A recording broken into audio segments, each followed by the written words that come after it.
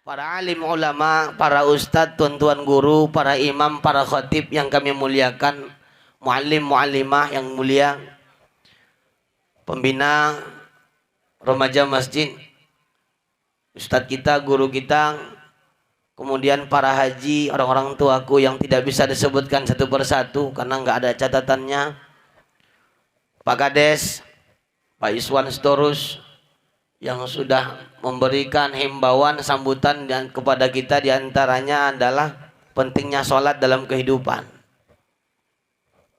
Kemudian beliau juga menyampaikan bahwa masyarakat kita di desa pertahanan sudah melanggar protokol kesehatan. Hati-hati Pak, kalau sudah melanggar protokol kesehatan sidangnya nggak siap-siap, bahkan 30 tahun di penjara. Baru 3 hari yang lalu ada keturunan Nabi melanggar protokol kesehatan di penjara, nggak siap-siap sidangnya. Emang nggak ada otak orang itu. Cuman melanggar protokol kesehatan loh Bu, bukan nggak dibayar. Denda 100 juta udah dibayar ke Pemprov DKI Jakarta. Gara-gara protokol kesehatan dilanggar, banyak nyusul kasus-kasus lain. Dibuka kasus-kasus lain. Sehingga Habib Rizik bin Syihab hari ini masih dalam penjara. Makanya tadi Pak Iswan bilang, kalaupun nanti kena laporkan, kena marah, biarlah aku nanggung katanya. Ya mudah-mudahan nggak sempat masuk penjara lah ya Pak Iswan ya. Yang sekarang agak lain, yang benar disalahkan, yang salah dibenarkan. Iya kan Bu? Iya kan Bu? Si Cina melarikan duit 17 miliar dana COVID-19 sampai sekarang nggak ditangkap. Emang nggak ada loh tak orang. Nggak boleh bahas-bahas pemerintah sekarang, nggak boleh, nggak boleh. Padahal pemerintah bilang siap dikritik penjara. Nggak boleh, kami pun ceramah kemana-mana nggak boleh bahas pemerintah, aku pun nggak boleh. Tapi aku agak termasuk ustadz yang bandal Pak Iswan. Kemana-mana aku tak mau ceramah pakai masker, karena kalau pakai masker meninggal aku gara itu. Cocok. Tadi Pak Iswan udah nyampaikan sama kita. Kemudian orang-orang tuaku, Bapak Ibu yang mulia, terkhusus salam cintaku untuk anak-anak remaja masjid yang sudah pakai baju seragam. Tepuk tangan tuan anak remaja masjid.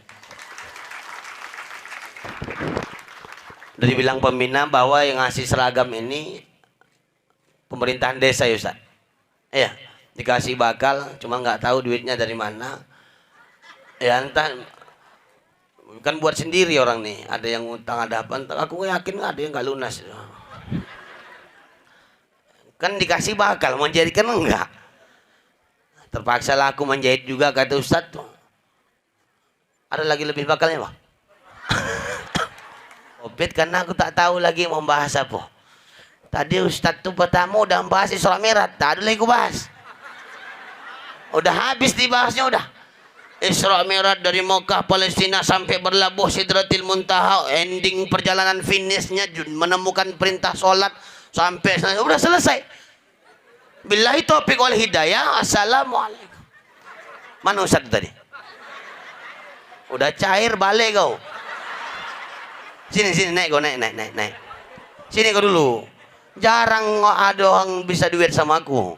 Naik. Coba.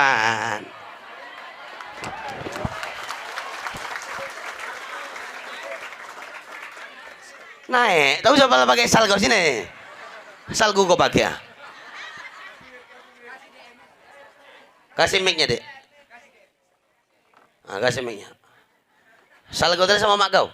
Sama mak kau sal kau tadi? Ini salku untuk kau.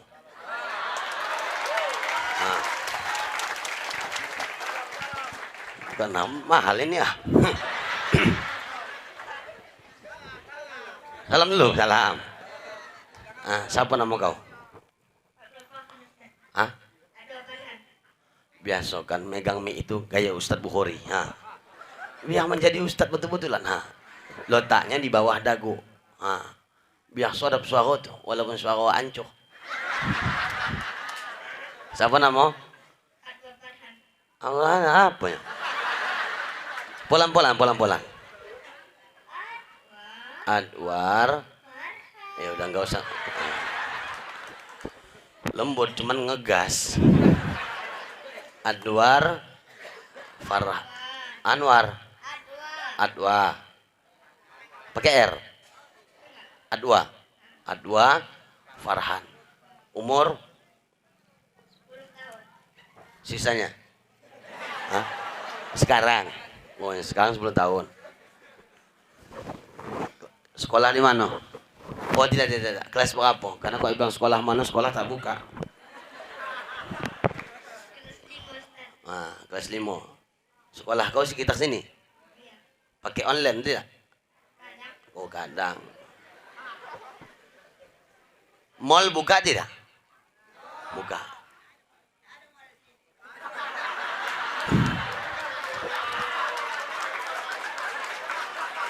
Taunya aku bu SPBU aja pun baru dibuat itu. Taunya aku itu. Cuman kalau pergi kamu ke kota, entah ke Kisaran, pergi ke Ramayana, ke Sujuya, buka tidak? Pergi ke pemandian, buka tidak? Pergi ke kolam renang kami tidak? Sekolah itu ondak dibodohkannya. Untung dia belajar, tak bodoh-bodoh kali. Kelas 5 di min apa? Sambung lah ujungnya min. Oh, pikir minta apa-apa. Min 7 Hasan di Kisaran. Di mana? Pakai mic, pakai mic. Pasar 1. Rumah kau di Pasar 0. Oh, Pasar 0. Di mana Pasar 0 tuh? Oh. Kalau 0 kenapa dihitung mana? Bilang aja lah desa pertahanan udah. Ayah kau di sini? Kemana ya kau? Apa kerja kau? Kuasa di antara yang hadir bapak ni ada juga yang ke ladang, tapi datang. Omak kau di sini? Mana? Menyuruh omaknya. Oh, dikira tak mengakui.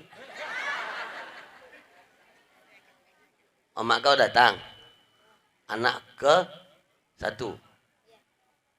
Dari 4. Sudah. Inilah enak jadi ustaz nih, Pak. Begini aja cakap bisa menulis 1/2 jam udah tutup. Apa payah? Karena ceramah nih, kalau di Medan kami umpamakan macam naik angkot. Jauh dekat sama aja ongkosnya itu. Udah dikolim orang tuh, itu Pak, udah dikolim orang tuh. Talang mau dibuka untuk lagi do. Kau pun ada amplop baru lah dari Pak Kades. Itu pun kau ada. Takut tak ada. Udah tak ada makan pun tidak hancur. Kau sodap cuma 10 menit cair limpul. Aku nih kangen tak berapa jam. Ya kau cair. Pulang lagi ke Medan aku. Oh tidak, besok malam aku di Sungai Pasir bu. Yang mau datang hadir. Insyaallah lapangan bola Sungai Pasir. Masih bersama dindaku Daud Sitorus. Korinya tetap kori fenomenal Sumatera Utara. Yang bisa menggoncangkan para kori di Medan. Kori-kori di Medan bingung siapa seorang Daud Sitorus. Kita berharap dan berdoa sama Allah di kampung ini akan lahir Daud-Daud seterusnya. Tapi jangan mirip muka dia lagi. Curiga bapak atau anak saya punya ini. Apa jadi judul ceramah kau? Oke, Mi. Udah, suami merah. Ada kopiannya tadi kan? Kopiannya ada tadi kan? Hafal lagi ya. Banyak-banyak menghafal, janganlah lasa-lasa, jangan suka main, jangan lawan sama ayah. Anak yang durhaka sama orang tuanya sampai mati tak akan paham agama. Tak akan paham agama. Kenapa anak itu sukses? Karena didikan orang tuanya di bidang agama dan anaknya pun patuh sama orang tuanya. Yang mudah-mudahan ibu, kenapa aku berdirikan dari sini? Biar kita bisa sama-sama mengikhlaskan untuk mengaminkan doa untuk si anak ini. Cita-citanya ingin menjadi seorang ustadz, seorang da'i, seorang pendakwah, seorang ulama. Yang tadi disebut panitia bawa acara dari Al-Azhar, Mesir. Mudah-mudahan insya Allah dari kampung ini seorang Farhan akan kuliah di Al-Azhar Kairo Mesir. Dan insya Allah jadi seorang da'i, seorang ustadz. Amin. Nah, udah turun lah kau. Tunggu. Pak Kades bisa, aku pun bisa. Pak Kades tadi mau apa? Limpul. Jempol, mana ndak aku kalah. Nah, balikkan mic tuh balik. Mana mau aku kalah sama Pak Kades? Pak Kades duitnya duit pemerintah, aku duit umat. Panitia mana panitia? Si Fikri mana Fikri? Hitung ya udah berapa keluar.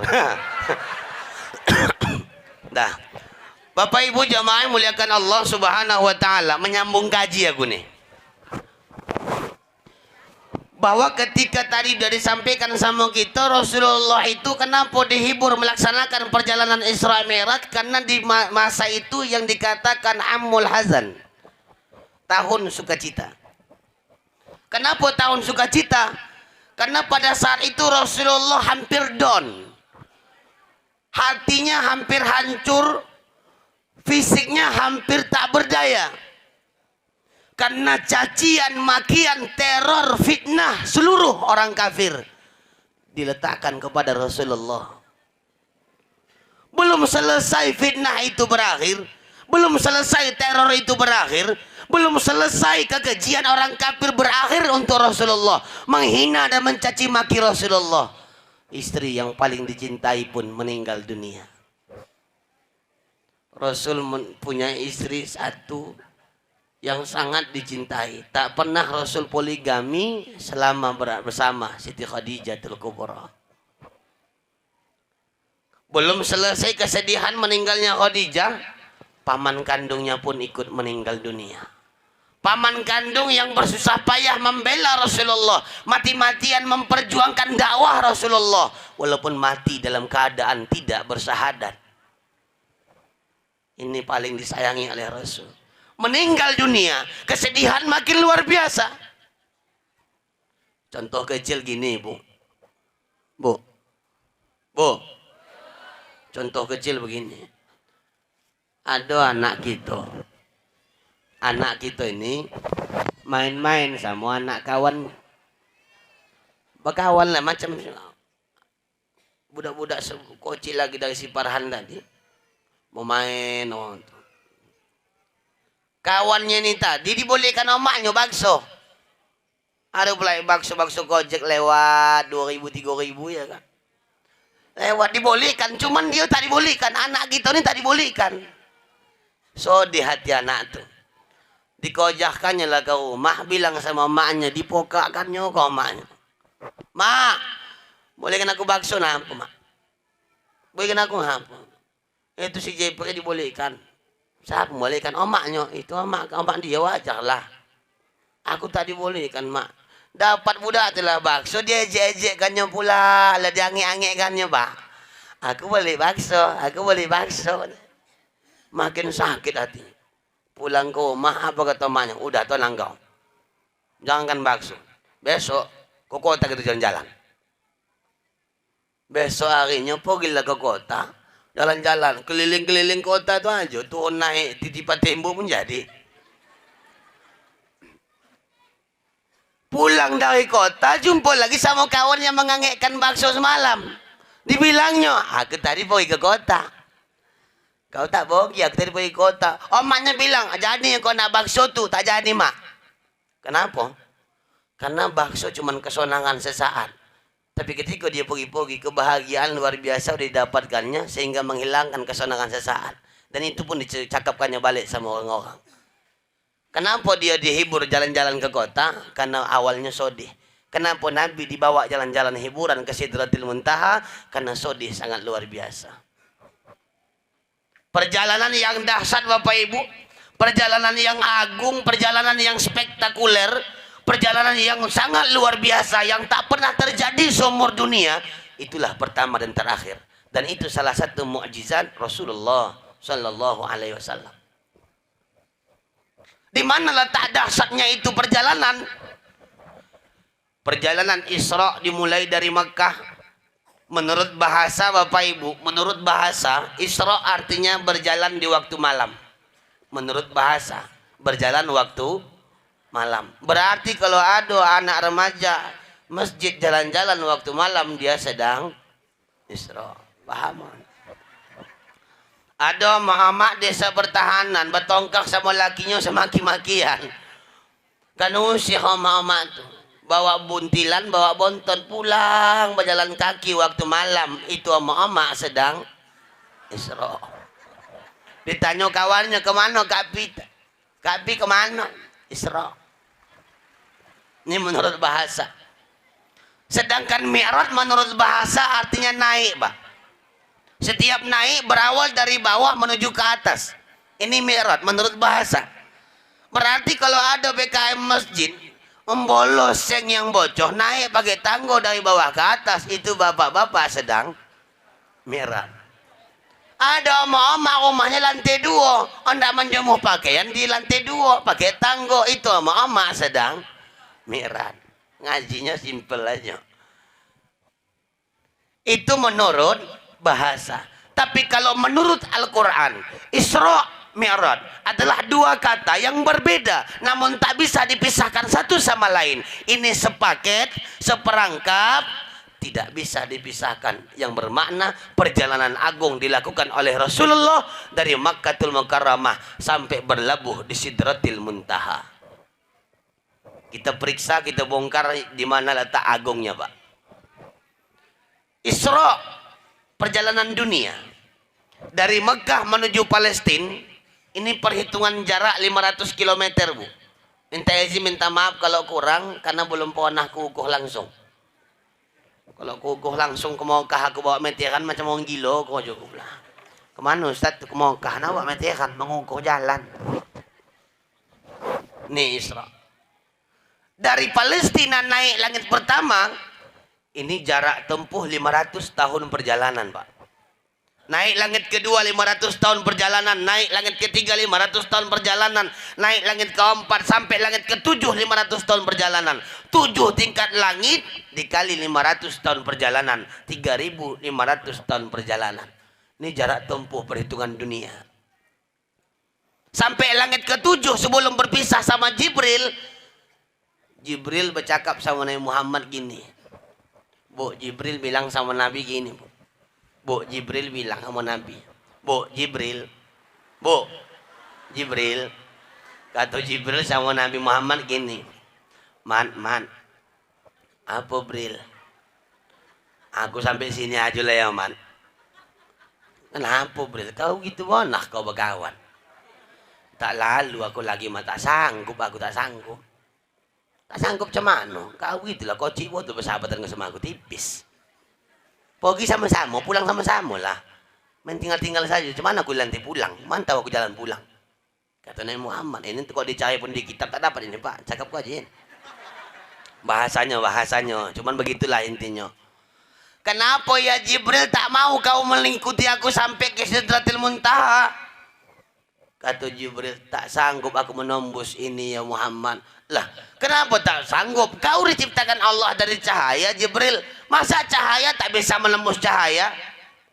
Ini logika kata Nabi Muhammad. Masa cahaya tak bisa melewati menembus cahaya, Jibril? Jibril bilang, betul ya Muhammad. Aku betul Allah ciptakan dari cahaya. Tapi cahaya biasa. Kenapa kau bisa menembus ini antariksa? Karena kau diciptakan dari cahayanya Allah Subhanahu wa ta'ala. Maka wajar bisa menembus itu. Tak ada yang bisa. Tak ada yang bisa melaksanakan perjalanan itu kecuali baginda Nabi Muhammad sallallahu alaihi wasallam. Dan ketika perjalanan itu sampai di langit ketujuh sebelum berpisah sama Jibril dan Mikail, ada dua malaikat yang menemani, Jibril dan Mikail. Sebelum berpisah kata Jibril, gini aja lah Man, kalau sebelum berpisah lah kita nih, sebelum berpisah ya kan, sebelum berpisah, ku bawa lah kau jalan-jalan dulu moh, jalan gitu, jalan-jalan dibawa Bu. Naik apa? Naik RBT. Ini RBT-nya buruk. Bawa jalan-jalan kemana? Ke surga. Dibawa ke jalan-jalan ke surga. Nengok keindahan surga, nengok nikmat surga, nengok fenomena surga, nengok pemandangan surga. Rasul begitu masuk langsung keluar, Pak. Allah bertanya, ya Muhammad, kenapa kau langsung keluar? Kenapa tak botah? Apakah fasilitas surga kurang? Semua udah lengkap kan? Udah ya Rob. Air minumnya ada mineral. Minuman yang lain? Kopi susu ya Rob. Aku biasa minum kopi. Nggak jajan. Cuma ngasih tahu. Nggak ada maksud apa-apa. Aku tak pernah minta-minta, nggak boleh Ustaz, nggak boleh minta-minta. Apalagi maksa-maksa ya, nggak boleh Ustaz maksa-maksa. Ya cuma ngasih tahu aja, mana tahu lupa ya kan. Itu aja tak aku minum teh. Aku tak bisa minum teh. Ini tak minum kopi, nggak bisa. Aku bisa minum kopi hitam biasanya gitu kopi hitam. Enggak cece deh cece. Woi, udah tahu siapa aku kasih tahu. Cece itu. Cece itu. Kau kasih tahu aja bentar ada buka gimana lah. Mana lagi? Udahlah. Mungkin tak ada rumahku. Rumah buka masuk.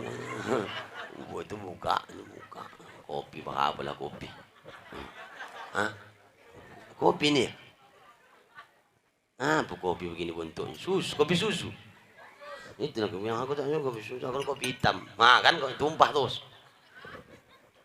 Apakah kurang lengkap ya Muhammad? Sudah lengkap ya Rob. Tapi kenapa kalau sudah lengkap, kenapa kau keluar? Nikmati dong surga itu. Apa kata Nabi Muhammad, Pak? Aku tahu ya Rob, aku tahu bahwa surga ini udah lengkap. Pemandangannya sudah enak, nikmatnya sudah luar biasa. Kenapa aku langsung keluar ya Allah? Karena ketika aku masuk dalam surga, aku terpikir, umatku yang desa pertahanan mano. Rasul masih mikirkan kita, udah sonang-sonang masih mikirkan rakyatnya. Aduh, pejabat begitu biasaannya. Sebelum pemilu datangnya dia kemari, datang. Jalan kamu ni kubolo.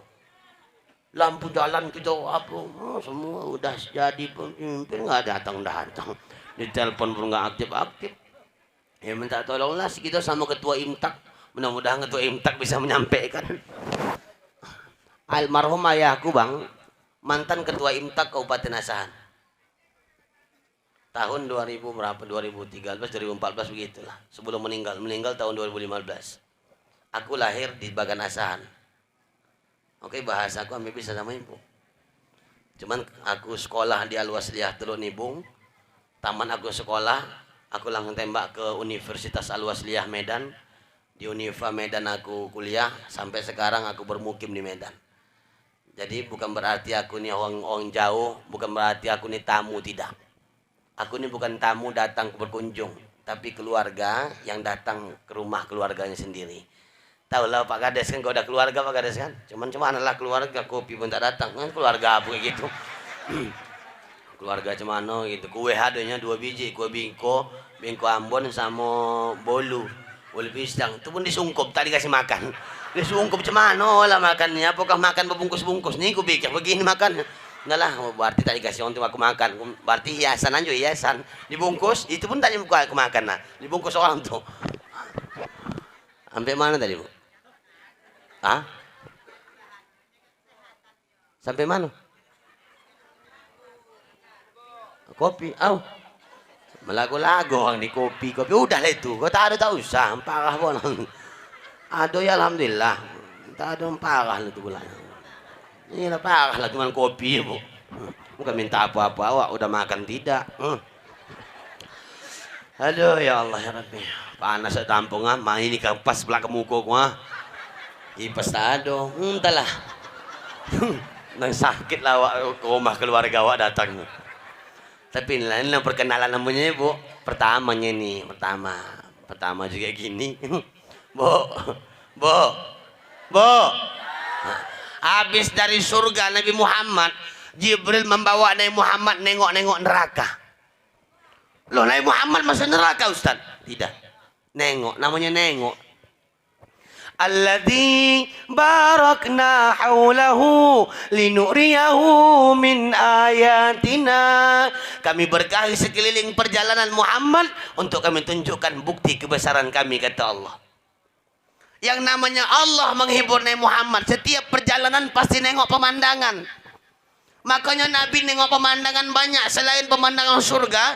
Jibril membawa Nabi Muhammad sebelum berpisah nengok keadaan neraka. Di dalam neraka Bapak Ibu, Nabi Muhammad nengok ada kejadian yang aneh. Aku pun tak enak perasaan aku menyampaikan sama ibunya. Aku takut ibu tersinggung. Sampaikan. Tak usah lah ya. Usah lah ya, usah. Sampaikan. Cuman beginilah. Ini rahasia. Ibu, jangan bilang-bilang sama siapa. Rahasia ini rahasia. Ya Pak, rahasia ini Pak. Jangan bilang-bilang. Bu. Rahasia ini. Apa yang ditengok Nabi Muhammad dalam neraka? Nabi Muhammad menengok ada perempuan yang rambutnya ditarik ke atas.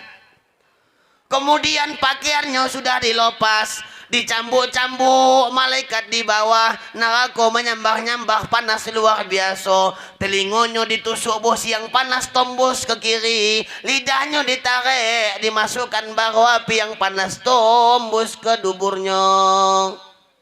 Nabi Muhammad berlinang air mata, bertanya sama Jibril, Jibril, what happened to now? Ini bahasa Sungai Payang.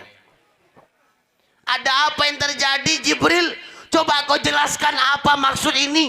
Kenapa siksaannya begitu dahsyat? Apa yang sebenarnya dia lakukan semasa hidup di dunia Jibril? Tolong sampaikan, please deh. Apa kata malaikat Jibril Pak? Ya Rasulullah, kenapa rambutnya ditarik ke atas? Karena dia hidup di Sungai Payang dulu, rambut tak pernah ditutup pakai jilbab. Makanya malas aku menyampaikan ini. Muhammad itu langsung kayak gitu, pucat langsung. Hati-hati. Nih anak-anak remaja masjid, hati-hati. Tuh anak remaja masjid banyak. Hati-hati ketika jilbabmu kau lepas, ketika rambutmu nampak, bahkan satu helai rambutmu adalah mahkota dan aurat bagimu. Kalau ada seorang anak gadis yang menampakkan rambutnya di hadapan laki-laki yang bukan muhrimnya, mohon maaf, bukan cuma dia penghuni neraka, ayah kandungnya ikut masuk neraka. Abang kandungnya ikut masuk neraka. Dia punya suami, suaminya pun ikut masuk neraka. Walaupun 3 laki-laki ini ahli ibadah semasa hidup di dunia. Hati-hati. Kenapa dicambuk-cambuk badannya Jibril? Karena dia pakai baju ya Rasulullah, tapi umpama lontong. Masih nampak kelok 9. Berapa banyak hari ini terkhusus anak-anak muda kita, mereka pampangkan auratnya di layar kacanya, di layar handphonenya, di TikToknya, di Instagramnya, di Facebooknya. Hati-hati. Isra Mi'raj bukan hanya membahas sholat, tapi banyak iktibar yang perlu dibawa. Kata Jibril, ya Rasul, itu adalah contoh tamsilan umatmu di akhir zaman, yang banyak pakai jilbab dan pakai baju, tapi sempit nampak bentuk tubuhnya. Hati-hati. Anak zaman sekarang sibuk rame-rame ambil handphone, joget-jogetan. Ampun Bang Jago, ampun Bang Jago, kepala tok kau, ampun Bang Jago. Periksa, kalau bisa kau periksa sekarang di handphonemu. Kau buka Play Store, kau cari, dibuat pencarian aplikasi paling terbodoh di dunia. Yang keluar adalah TikTok. Cari, buktikan. Kalau sudah aplikasinya terbodoh, anak-anak kita mengikuti itu, berarti anak-anak kita bodoh. Memampangkan aurat. Mohon maaf anak-anak muda, adik-adik remaja, ada seorang perempuan yang jilbabnya panjang, sholat duhanya mantap, tahajudnya mantap, sholat 5 waktu nggak tinggal, tilawah Quran sebulan sekali khatam. Sama laki-laki dia nggak mau dekat, pacaran dia anti. Bagus nggak ini orang? Bagus. Ketika meninggal dunia berharap kuburannya menjadi taman surga, tapi malah disiksa dalam nerakanya. Kenapa? Karena ketika dia belum bertobat, belum berhijrah, ada foto dia yang tidak pakai jilbab, dipajangnya, dipostingnya di Facebook, dan banyak sampai sekarang laki-laki yang bukan muhrim menonton dan menengok fotonya yang tak pakai jilbab. Selama orang berdosa menatap wajah kita, selama orang berdosa gara-gara nafsu melihat kita, selama itu dosanya mengalir sampai mati. Hati-hati. Jaga itu, Bu, jaga anak perempuan kita. Adik-adik, jaga auratmu. Jangan ada yang harus dikasih tahu bagaimana pakaianmu, bagaimana tubuhmu, bagaimana auratmu. Cukup laki-laki satu yang akan melihatnya nanti. Ketika ijab qabul sudah ditancapkan, diucapkan di hadapan wali, itulah untuk dia semuanya itu. Jangan untuk orang lain. Jadi murahan, kita mohon maaf. Aku pernah gini Pak, dia di Medan naik angkot, duduk di angkot, di mukaku ada anak SMA, masih itu aku kuliah. Ada anak SMA duduknya di mukaku, pakainya gini, bajunya digulung, roknya segini, pasti mukaku disopit-sopitkannya juga begini. Aku pun tengok-tengok ilah, abah mau baju kah? Baru tengok pantang, tak ditengok menantang. Tahu awak tengok tak cocok ya kan, tak ditengok tak cocok. Macam mana lagi?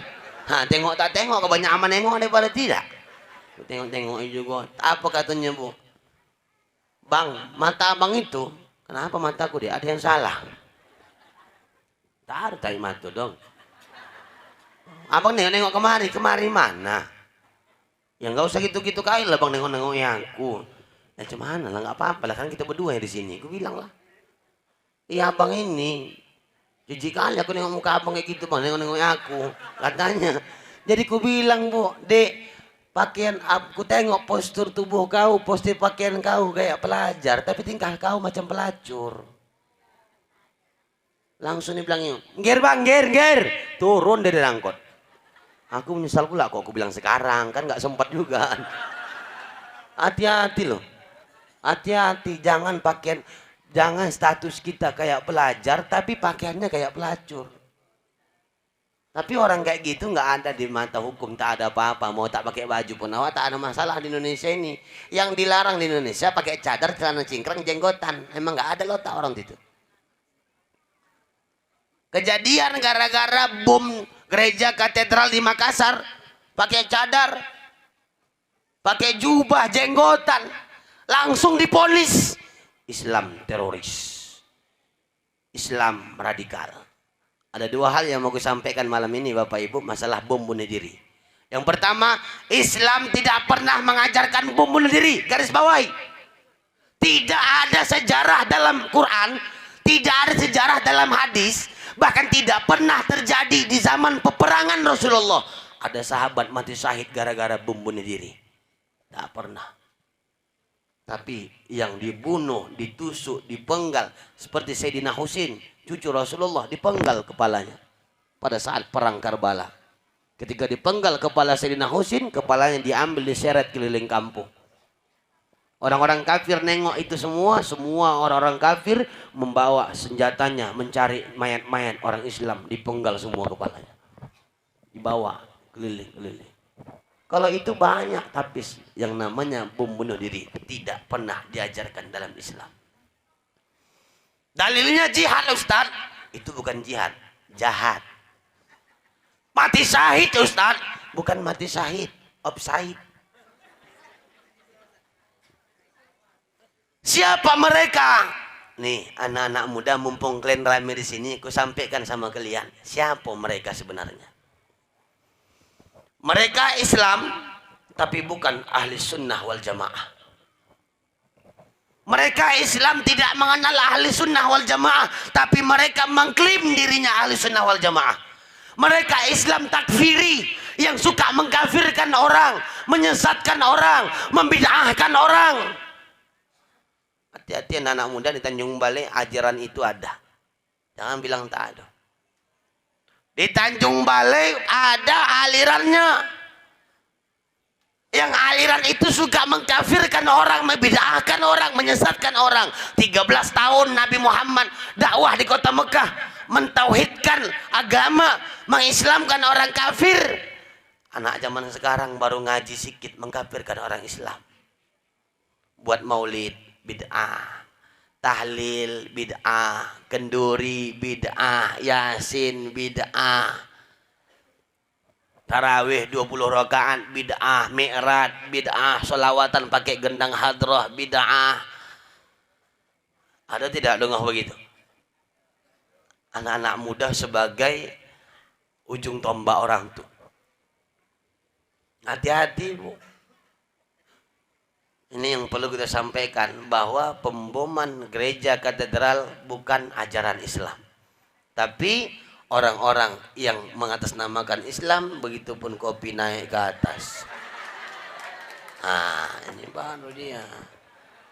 Nggak usah repot-repot lah. Apa berkali. Ceceknya. Tak bisa ini dibawa seloro. Adalah ceceknya itu. Panas pula itu. Cemana minumnya panas-panas, melopoh lidah. Oh ya Allah ya Rabbi. Udahlah, berarti minumnya kakang. Aduh. Apa lagi itu? Oh, pikir ada yang lain. Masya Allah. Aku nak ceramah bukan nak makan, Bang. Nanti kalau makan aku sambil ceramah nyemprot. Makasih ya. Panjang umur ya. Panjang-panjang umur sampai seminggu kok sebelum kiamat. Biar sendiriannya di sini. Semuanya udah mati. Bu. Yang pertama itu bukan jihad sesuai dengan ajaran Islam. Jihad itu ruang lingkupnya banyak. Ada seorang suami bekerja mencari nafkah mengharap ridha Allah, ini suami jihad. Ada istri yang bekerja rumah tangganya, mengasuh anaknya, merawat anaknya, semua pekerjaan rumah tangga diselesaikan. Ini istri jihad. Meninggal istri di rumah karena mengerjakan pekerjaan rumah tangga, jihadu fi sabilillah. Ada seorang anak yang belajar ke Medan, ke Jakarta, ke Mesir, ke daerah-daerah lain. Ini anak jihad. Meninggal dalam perjalanannya, ini anak jihadu fi sabilillah, syahid. Siapapun di antara kita, Bapak Ibu, apapun profesi kita, ketika kita sandarkan kepada Allah, tidak ada yang bisa mengutarakan bahkan menyelesaikan segala perkara kecuali Allah. Kalau kita tauhidkan seperti itu, maka mati dalam keadaan syahid. Bahkan mencangkul, mendodos, mengkoncek, niat karena Allah, meninggal syahid. Pekerjaan itu sebagai jihad fi sabilillah. Jihad itu tak sekecil bunuh diri saja, tidak. Kenapa bisa? Karena otaknya sudah didoktrin. Di mana? Di pengajian-pengajian yang suka mengkafirkan orang lain. Di Tanjung Balai sering aku dialog sama orang tuh, Bu. Sikit-sikit bid'ah, sikit bid'ah. Aku bilang sama dia, muka kau tuh pun bid'ah. Aku bilang, kenapa? Muka kau mana ada zaman Nabi? Katanya setiap yang tak pernah dibuat Nabi bid'ah, tiap bid'ah sesat, tiap sesat masuk neraka. Dalilnya apa? Kullu bid'atun dalalah wa kullu dalalatin finnar. Setiap yang tak pernah dibuat Nabi kita adu-adukan dalam hal agama, itu namanya sesat. Setiap sesat masuk neraka. Dia tak tahu. Coba baca kitab-kitab lain. Imam Syafi'i mengatakan bahwa bid'ah itu ada dua, bid'ah hasanah, bid'ah dalalah. Bagi orang itu tak ada itu, cukup satu. Apa yang dipelajari di situ? Cuman dua, Pak. Pertama yang dipelajari pertama masuk adalah bid'ah, tak ada hukum lain. Kalau anak mencoba tes masuk kajian orang tu.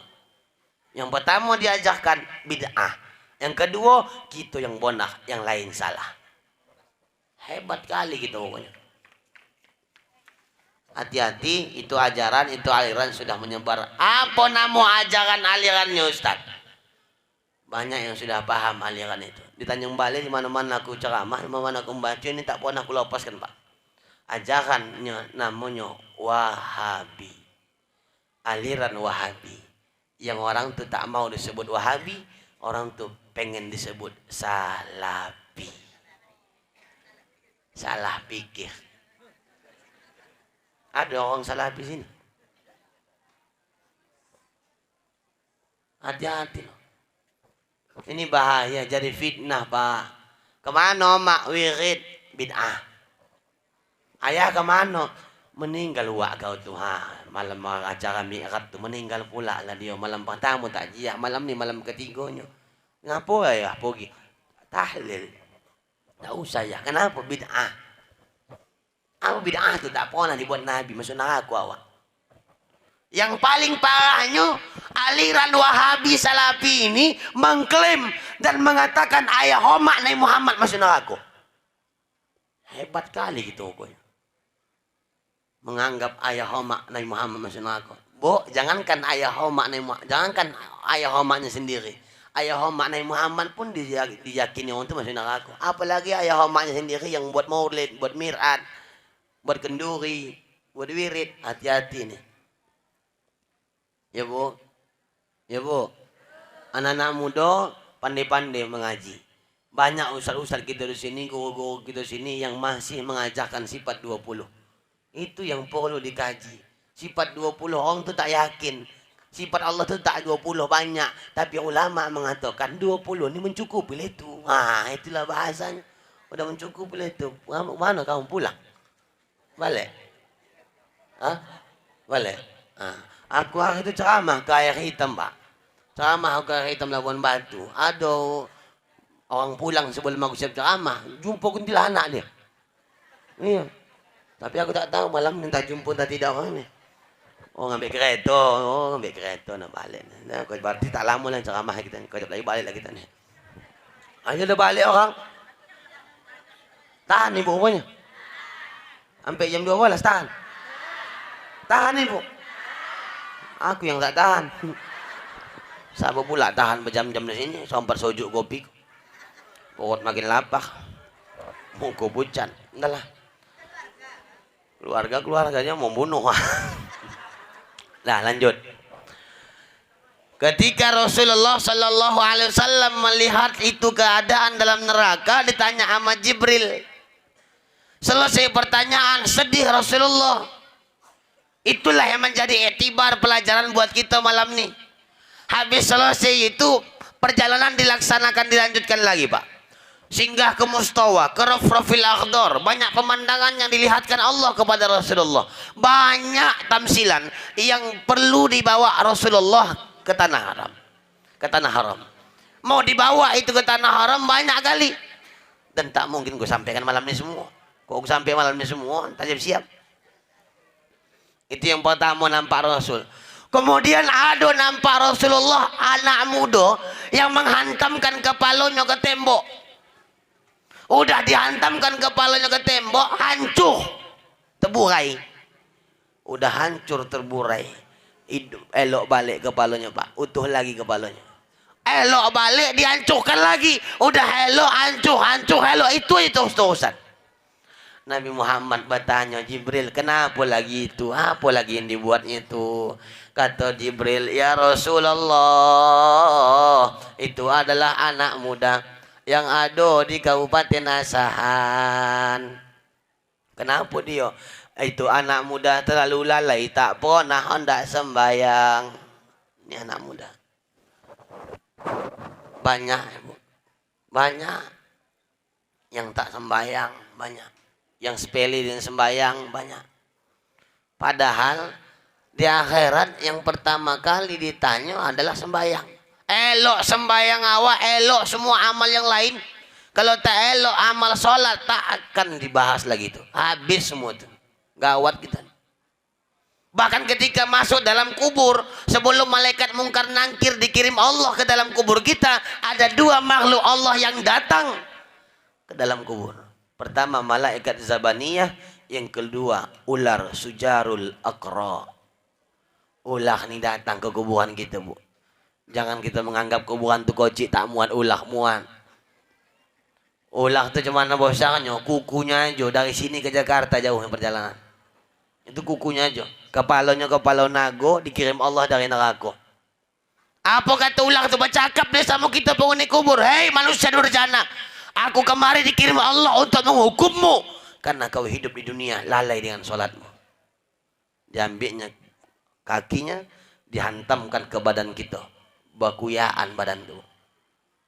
sampai tertanam ke bawah tanah lapisan ketujuh, hancur, dielokkan balik, naikkan lagi, dihantam lagi, tuh situ aja Kurojo sebelum malaikat mungkar nangkir datang. Kok datang? Kok sempat minum kopi di simpang?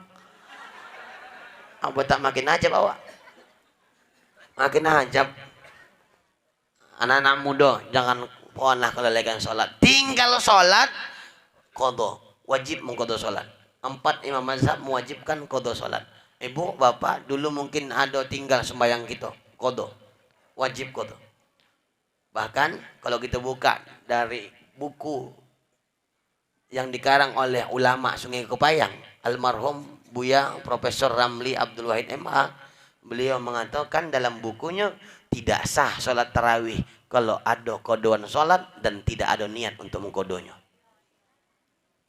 Elok tarawih kita sibuk tiap malam tarawih, sembahyang wajib ketinggalan. Kenapa mengkodo sholat utang? Tarawih sunnah. Ibarat kita berhutang tapi yang tidak bersedekah, elok bayar hutang, pahala sedekah dapat. Nih perihal sholat. Itulah yang dilakukan oleh Rasulullah yang diceritakan Ustadz Farhan tadi. Ketika naik ke Sidratil Muntaha menjemput perintah sholat, turun ke langit ke-7 jumpa sama Nabi Ibrahim. Ketika itu Nabi Ibrahim lagi menyandar-nyandar di Baitul Ma'mur. Baitul Ma'mur itu adalah hadiah dari Allah untuk Nabi Ibrahim karena sudah berhasil membangun Baitullah di Makkah. Dan geografis, letak geografis Baitul Ma'mur dengan Ka'bah, kalau jatuh Baitul Ma'mur itu ke Ka'bah persis topat, tak ada yang kurang lagi. Turun ke langit ke-6 jumpa sama Nabi Musa. Nabi Musa bertanya, "Mat, dari mana kau?" "Dapat perintah sholat aku dari atas." "Berapa?" 50. Mohon maaf Bapak Ibu, ketika Rasulullah di Sidratul Muntaha dapat perintah sholat dari Allah, bukan berarti Allah itu di atas sesuai dengan pemahaman Wahabi. Tidak, Allah itu tak di atas. Ya, Allah tak di atas, Allah tak di bawah, Allah tak di kanan, tak di kiri, tak di muka, tak di belakang. Allahu mawjudun bila makan. Allah itu ada tanpa butuh tempat. Kalau Allah di atas berarti Allah punya tempat. Kalau Allah punya tempat sama aku punya tempat. Padahal Allah bersifat mukhalafatuhu lil hawadis. Allah beda dengan makhluk. Kalau sama bukan Allah. Apa makna di atas? Ini kekuasaan dan keagungannya Allah itu tinggi. Kenapa Rasul ke Sidratil Muntaha menjawab perintah sholat? Berarti Allah Sidratil Muntaha duduknya? Tidak. Dalam kitab Semalam Bersama Jibril dijelaskan bahwa Sidratil Muntaha itu adalah tempat taman yang indah disiapkan Allah untuk menyambut kedatangan Nabi Muhammad. Taubahnya sama ketika Nabi Musa bercakap-cakap sama Allah di Bukit Tursina. Apakah Allah berada di Bukit Tursina? Tidak. Itu Bukit Tursina, itu Sidratil Muntaha, bukan tempat Allah, tapi tempat tajallinya Allah Subhanahu wa ta'ala. Bukan berarti Allah itu punya tempat. Kalau Allah punya tempat sama sama kita. Allah ada tanpa ada tempat. Bahkan Allah ada sebelum tempat ada. Habis pun tempat itu masuknya atau ditiadakan pun tempat, Allah tetap ada. Qiyamuhu binafsi. Allah berdiri dengan sendirinya. Allah tak butuh dengan tempat, Allah tak bergantung dengan tempat, malah tempat yang bergantung sama Allah. Kita makhluk yang butuh sama Allah, yang butuh sama Allah itu kita, bukan Allah, sebaliknya tidak. Ketika itu turun ke langit ke-6 jumpa sama Nabi Musa. Nabi Musa bertanya, "Ya Rasulullah, apa yang kau dapat dari Allah?" "Perintah salat." "Berapa banyak?" 50 waktu. "Alah, kenapa? Naik kau lagi naik. Apa lagi naik? Tak tahu kau lotih capek betul dari Tanjung Medan kemarin kita balik jauh. So lama. Kata Nabi Muhammad, "Tak sanggup umat kau itu Muhammad. Aku dah kurasakan." Oh ya Allah, banyak betul alasan orang tu. Duh, nang ada alasan. Subuh maraton, zuhur ke salon, asar main badminton, maghrib main handphone, isya nonton sinetron, mati mampus kena smackdown. Banyak betul alasan.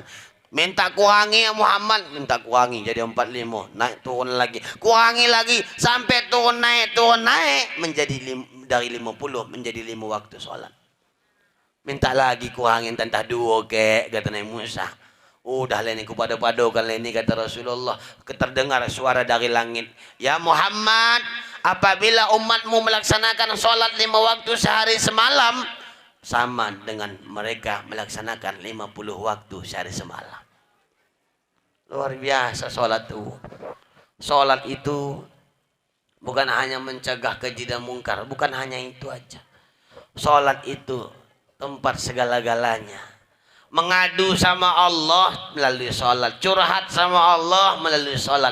Apapun kegelisahan hati, kebuntuan pikiran, coba laporkan semua sama Allah, pasti selesai. Salah satu contoh, aku ada cerita ini Bu, cuman ceritanya agak pendek, agak panjang begitulah. Ada yang menganggap pendek, ada yang menganggap panjang. Yang penting ceritanya bukan panjang-panjang pendek lah. Ceritanya begini Bu, dulu ada seorang penjudi Pak, orang kaya yang begitu banyak harta, main judi. Lama kelamaan karena penasaran dalam judinya, kalah ya. Emas sudah terjual, mobil sudah terjual, rumah tergadai 200 juta karena kalah berjudi. Gara-gara berjudi istri gelisah minta core, anak terbengkalai sekolah. Suatu malam pulanglah si penjudi ini dalam keadaan kalah, poning utangnya. Tak berapa lama berpikir-pikir dia, apa lagi nih. Bunyi handphone. Begitu handphonenya bunyi, diangkat. Yang nelpon rupanya yang ngasih utang. Apa katanya? Bang, besok pagi jam 10 kosongkan rumah kau kalau kau tak sanggup membayar hutang. Utangnya 200 juta. Iya katanya. Handphone dimatikan. Tak berapa lama ada nelpon lagi, diangkat. Rupanya bininya. Bang, besok jam 10 pagi kutunggu abang di pengadilan agama. Aku minta core. Jam berapa? Jam 10 juga. Handphone dimatikan, makin lomas. Tak berapa lama handphone bunyi 3 kalinya. Diangkat, upang dari kepala sekolah, tempat anaknya sekolah. Pak, besok jam 10 pagi kutunggu bapak di kantor, di ruanganku, membahas sekolah anak bapak. Karena udah 6 bulan tak bayar uang sekolah. Jam berapa? Jam 10. 3 masalah harus diselesaikan dalam waktu jam 10. Begitu nengok keadaan rumah, begitu nengok masalah dia, ditengoknya ke belakang ada tali. Cocok juga ini solusi masalah. Diambil tali, ini udah tengah malam. Diletakkan ke bubungan tuh, diikat pas ke kepala, letakkan kursi, dicek. Oh bisa ini, bisa. Dalam hati kocik bercakap, sebelum aku mati, sembahyanglah aku dulu. Sempatkannya juga sembahyang. Udah lama aku tak sembahyang. Masuk dia ke kamar mandi, dia wudhu dengan wudhu yang sempurna. Ketika dia ambilkan air, nawaitul wudhu'a li raf'il hadasil asghar lillahi ta'ala. 3 kali dibasuhnya. Masuk dibasuhkannya tangan. Allahumma atini kitabi biyamini. Allahumma atini kitabi biyamini. Allahumma atini kitabi biyamini. Ya Allah, berikan catatan amal ibadahku dari tangan kananku. Disapunya, dibasuhnya tangan kirinya 3 kali. Baru dia usapnya rambutnya. Allahumma harim sya'ri alan nar. Allahumma harim sya'ri alan nar. Allahumma harim sya'ri alan nar. Ya Allah, haramkan kepalaku disentuh api neraka. Baru dibasuhnya kakinya. Allahumma sabbit qadami ala sirat. Allahumma sabbit qadami ala sirat. Allahumma sabbit qadami ala sirat. Ya Allah, kokohkan kakiku menjalani titian siratul mustaqim. Begitu selesai, ditengoknya keadaan rumahnya Bu. Besok rumah ini kono sita. Tapi kan cuma rumah, perabotannya kan tidak. Nah, kok pun selesai, kutulis saya nanti wasiat perabotan ini sedekahkan sama orang. Masuk dia ke kamar, dimatikan yang sikit lampu, tak torang kali, tak golap kali, remang-remang. Dia angkat takbir. Allahu Akbar. Karena kata Imam An-Nawawi dalam Al-Azkar menjelaskan tidak panjang-panjang, tidak pendek-pendek takbir. Allahu Akbar. Udah. Ada orang Allahu Akbar. Ada yang mantap lagi. Sodap juga betoga nih. Ada yang lebih mantap lagi, Pak. Begitu masuk ke sejadah. Loh. Mah motor nyewa nih kebikir. Padahal kata Imam Syafi'i niat itu dipasang lagi, diiringi lagi ketika takbir untuk memantapkan hati, untuk memperbarui niat. Allahu Akbar. Ada macam khatib. Allah. Macam-macam kalau takbir. Allah. Ada yang berukuk sok-sok tinggi sama imam. Allahu Akbar. Ungkuh-ungkuh tinggi. Ada yang macam orang kedinginan. Allah. Kedinginan, Pak. Kata Imam Syafi'i kalau takbir itu di atas pusat, di bawah pohon, itu di tengah-tengah, agak merengkan ke sedikit ke kiri. Ya. Di bawah dado, di atas pusat. Ada yang lurus Ustaz, ada. Allahu Akbar. Boleh, boleh, nggak ada masalah. Jangan ribut, jangan bertongkar gara-gara itu. Ada orang subuh baik kunut, buat. Yang tak baik kunut, Ustaz boleh? Boleh, ada dalilnya. Jangan bertongkar. Makanya di kampung kami tak ada bertongkar itu lagi. Karena kata-kata tak semain subuh. Takbirlah si penjudi ini, Pak. Allahu Akbar. Salatnya luar biasa. Salat apa dia malam tuh? Salat Isya. Ketika dia salat Isya, ketika selesai salat Isya, sujud terakhir, dia yakini bahwa Allah itu dekat. Ketika sujud terakhir, dia curhat sama Allah sedalam-dalamnya. Ya Rob, besok pagi jam 10 rumahku disita. Aku tak ada masalah, masih banyak tempat di dunia ini. Ya Rob, besok pagi jam 10 biniku minta cerai. Aku pun tak ada masalah. Ini kesalahanku ya Allah. Berarti jodoh kami sudah berakhir di dunia. Minta aku kepadamu ya Rob, jodohkan kami di surga. Ya Rob, besok pagi jam 10 anakku akan berhenti sekolah. Aku yakin dan percaya, bukan sekolah yang membuat anakku pintar, tapi Engkau yang maha pintar yang memintarkan anakku. Dia yakini bahwa sekolah itu wajib, pintar tak wajib. Menjadi kaya tidak wajib, tapi mencari kekayaan itu wajib. Selesai dia sholat, tak sadar air mata sudah banyak menghabiskan tubuhnya jadi basah. Ketika dia habis duduk, ketika habis dia sujud terakhir, dia bangkit. Assalamualaikum warahmatullahi. Assalamualaikum warahmatullahi. Dia istighfar. Ketika dia istighfar dengan membaca Sayyidul Istighfar, baru dia tadahkan tangan sama Allah, seakan Allah berhadapan langsung dengan dia. Dia doa sama Allah dengan doa yang sama, menangis sejadi-jadinya. Air mata luar biasa mencucur, sangat luar biasa derasnya. Tak disengaja jam 2 pagi udah datang. Ketika udah pagi jam 2 pagi, sentak dia memperbaharui wudhu dia, Pak, untuk sholat tahajud. Dia berpikir habis ini kan mati, inilah penghabisan semain tahajud. Allahu Akbar. Dia kerjakan seperti sholat Isya. Di sujud terakhir dia nangis, doa dia nangis. Dan ketika dia doa sama Allah, bersenandung cinta sama Allah, bahkan ketika dia berdialog sama Allah, karena kata Imamul Ghazali bahwa sholat adalah arena dialognya hamba kepada Allah. Ketika dia sudah berdialog sama Allah, Pak, tak sadar azan subuh udah berkumandang. As-salatu khairum minan naum. Dia tak sadar udah azan subuh. Bunuh diri tak jadi. Dia langsung melaksanakan sholat subuh dengan wudhu sholat tahajudnya. Begitu dia selesaikan sholat subuhnya dengan doa yang sama ketika sujud terakhir, dengan doa yang sama ketika habis sholatnya, tak berapa lama datang ketukan pintu dari luar. Assalamualaikum. Berpikir dia, cepat betul kejadian ini ya Allah.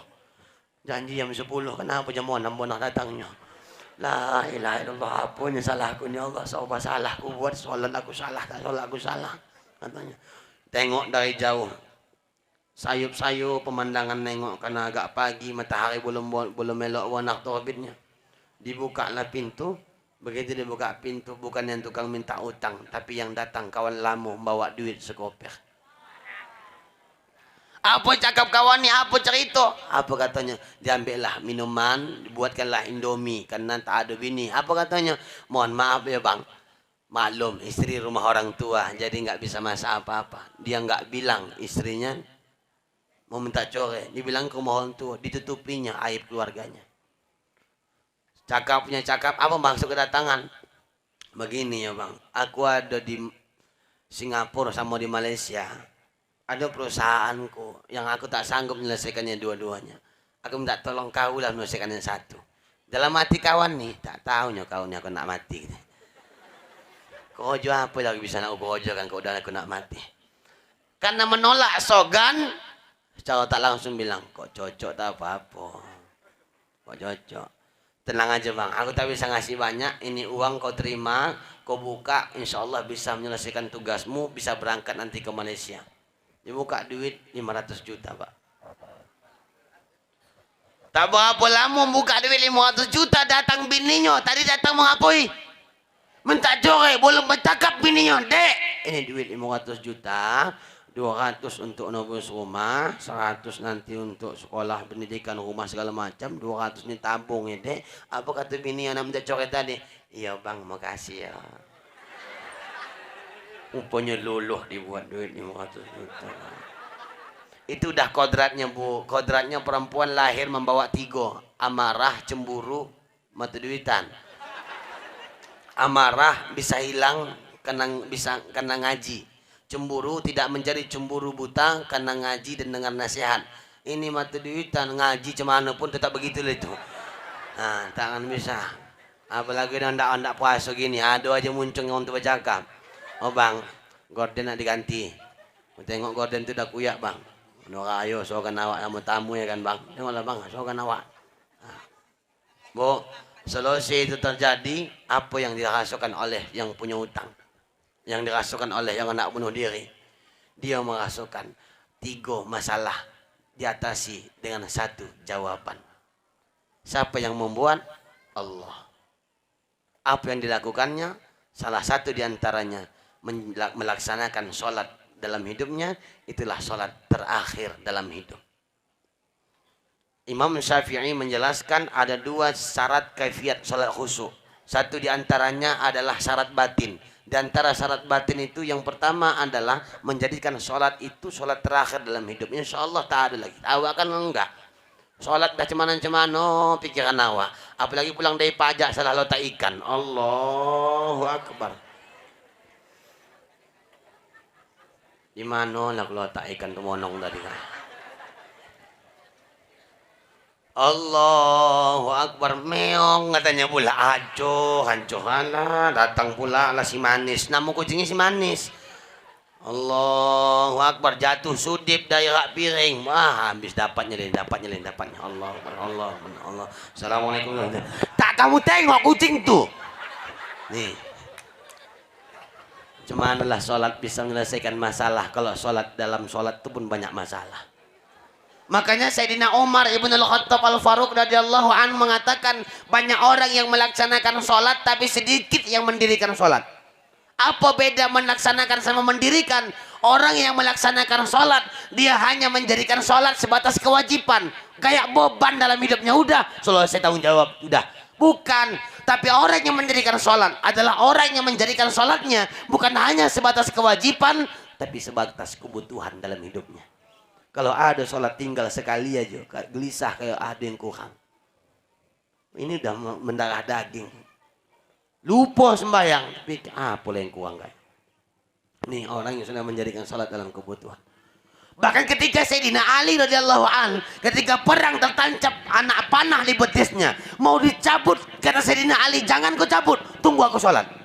Sholat sunat 2 rakaat. Pada saat dia sholat dicabut, tak terasa cabutan anak panah. Kenapa? Yang dirasakannya nikmat ibadah sama Allah, dialog sama Allah Subhanahu wa taala. Awak jangan kan ini anak panah, nyamuk aja pun bertongkak sama awak sembahyang. Allahu Akbar. Ini lumayan masih gini, ada yang model emosi.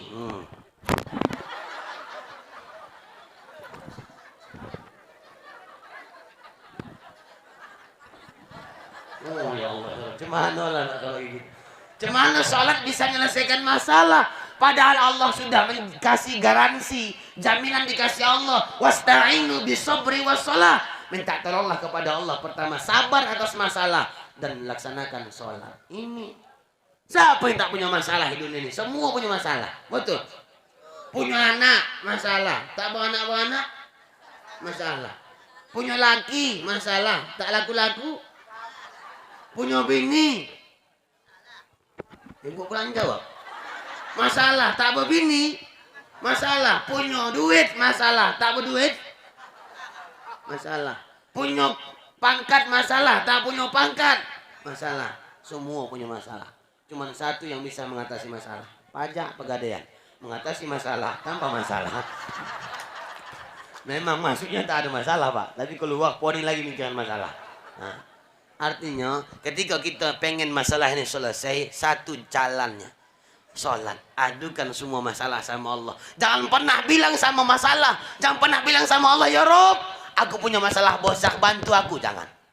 Berarti kalau kita mengatakan masalah kita bosak, ngadu sama Allah, Allah tuh koci. Bilang sama masalah bahwa kita punya Allah yang maha besar. Allahu Akbar, artinya Allah maha besar. Selain Allah, koci. Jokowi, alah, mana ada apa-apanya sama Allah.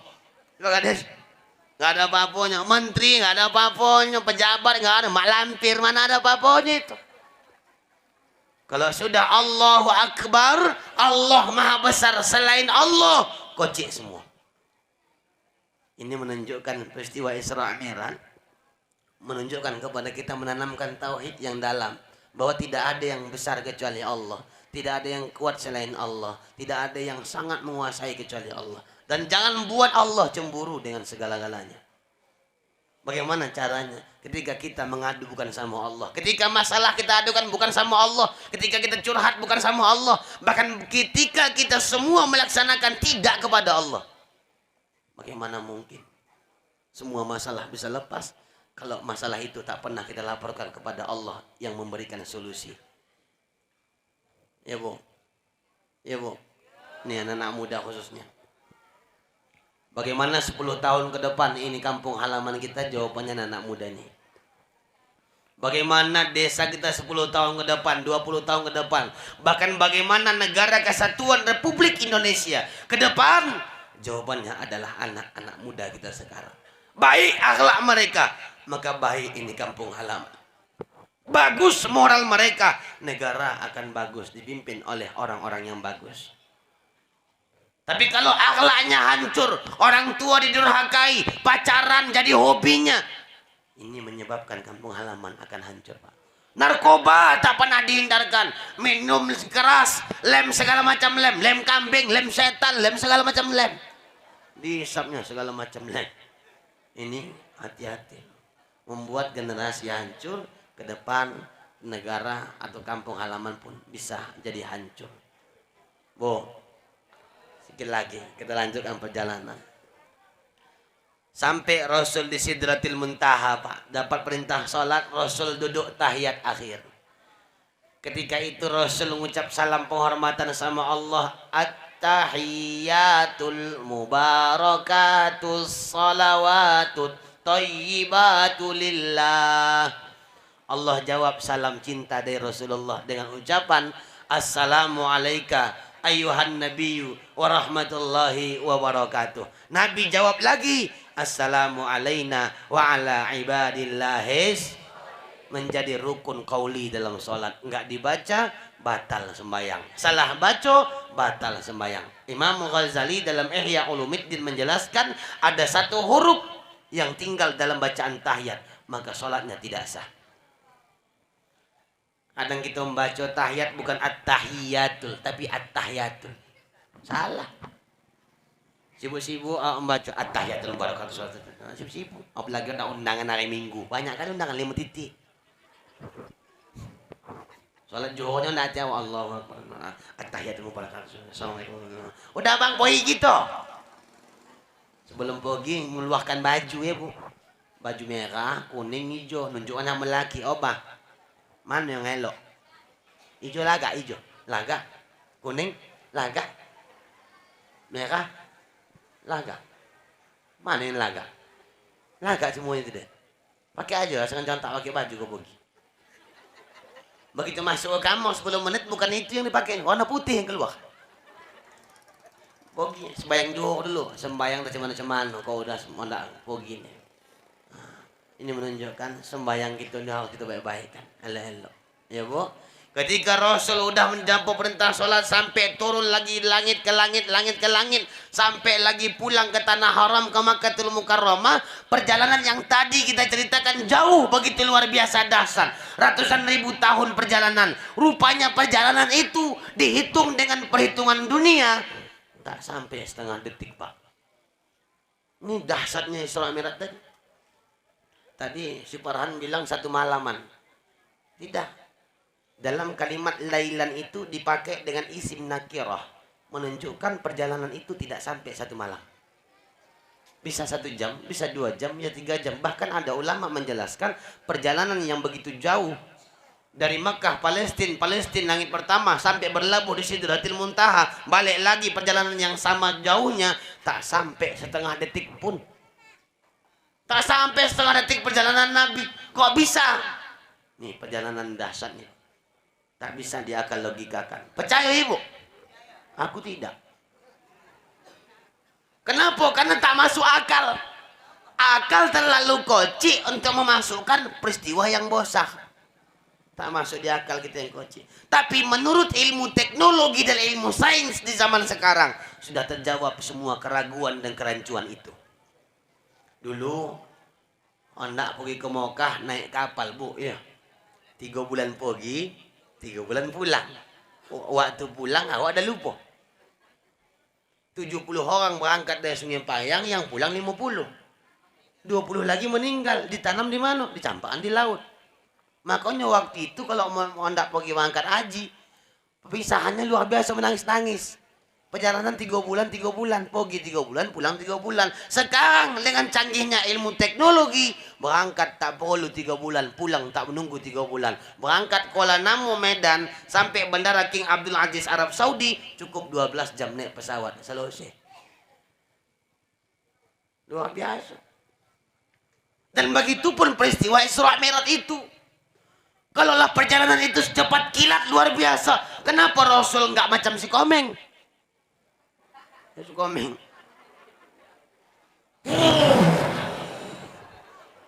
Yang lain pasti ketinggalan.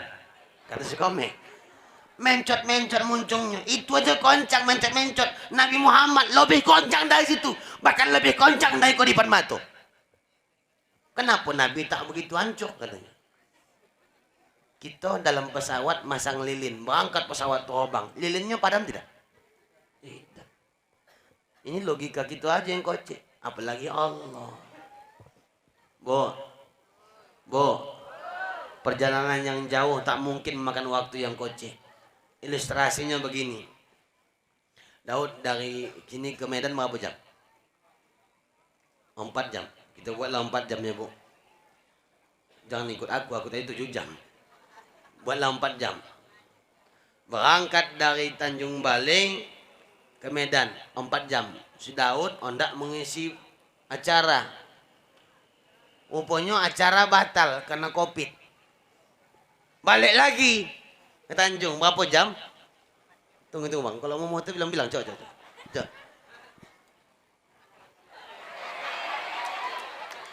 Udah.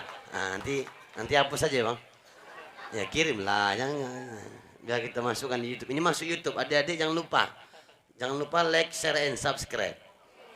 Channel YouTube kita Ubah Official. Ya, UBAH, Ubah Official. Akan nampak muka-muka kalian semua. Masuk TV kita, masuk TV. Nah, ini sampai mana tadi? Hah? Si Daud ngapain? Bilo. Si Daud kena covid. Cuman nih cikisan. Oh, pergi si Daud nak. Pergi dia ke Medan nak ngisi acara tapi batal. Poginya 4 jam pulang 4 jam. Berapa semua? 8 jam. Rupanya dari sini si Daud pakai baju. Dalam bajunya, dalam kantong bajunya ikut somut, Pak. Somut itu ikut dia. Pergi sampai ke Medan, balik lagi kemari 8 jam. Sampai kemari keluar somut dari kantong. Bercakap sama somut di muka pintu. Dari mana kau, Mut? Dari Medan. Hah? Bila kau pergi? Tadi jam 7 pagi. Sekarang Johor udah balik kau. Iya. Ngikut mana kau? Oh, betul lah, kau tak percaya. Alah, tahunya kau ya kau siapa. Katanya pula lagi. Dia olok-olok di bawah bongai yang bongai kami. Dari mana kau? Dari Medan. 8 jam. Pergi 4 jam, pulang 4 jam. Baik lagi kau 8 jam tu kemari. Iya. Dia rasu kuning somut. Doamam kau, doamam. Aku takut kau mimpi. Tidak, betul bang. Pergi aku tadi. Cuma 8 jam. Iya. Tak percaya kamu udahlah. Atau kawan tu. Betul tidak somut pergi? Betul. Karena tak akan masuk akal bagi somut, Pak. Kenapa tak masuk akal? Menurut ilmu kesemutan. Betul, Pak. Menurut ilmu kesemutan, tidak masuk akal dan tidak mungkin semut yang begitu kecil melaksanakan perjalanan Sungai Payang Medan Sungai Payang cuma memakan waktu 8 jam tempuhnya. Tak mungkin. Dari Sungai Payang nih sampai dia ke Patembo mungkin setengah tahun tak sampai-sampai. Betul.